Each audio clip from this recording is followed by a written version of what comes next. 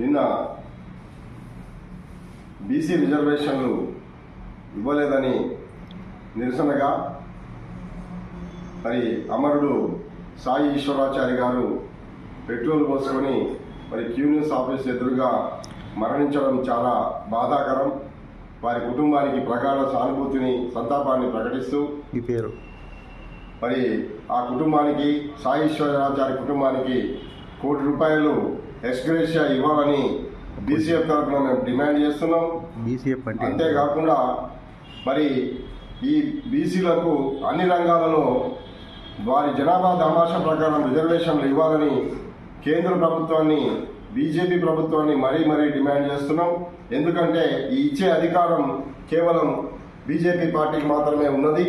అందుకోసం ఏమాత్రం నిర్లక్ష్యం చేయకుండా బీజేపీ ప్రభుత్వం కార్యరంగంలో ఉండాలని, అందుకోసం రాష్ట్రంలో ఉండేటువంటి కాంగ్రెస్ పార్టీ కూడా ఏదైతే 42% రిజర్వేషన్ ఇస్తామని వాగ్దానం చేసిందో ఆ వాగ్దానం నెరవేర్చుకునేటందుకోసం కేంద్ర ప్రభుత్వంపై ఒత్తిడి చేసేటందుకోసం అఖిలపక్ష కమిటీ వేసి కేంద్ర ప్రభుత్వంపై ఒత్తిడి చేయాల్సిన అవసరం ఉంది.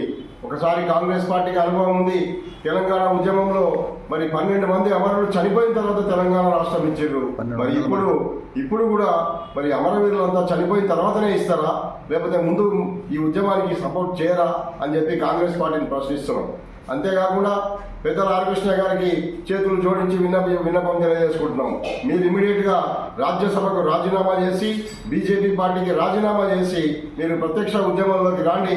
మీరే మా పెద్దన్న, మీరే మా ముఖ్యమంత్రిగా, బీసీ ముఖ్యమంత్రిగా మేము ఎన్నుకుంటామని, మీ నాయకత్వంలో బీసీ ఉద్యమాన్ని నిర్మిస్తామని తెలియజేస్తున్నాం. అంతేకాకుండా మిగతా బీసీ సంఘాల మిత్రులందరూ, నాయకులందరూ కూడా అందరం కూడా కలిసికట్టుగా ఈ పోరాటాన్ని నిర్వహిద్దాం.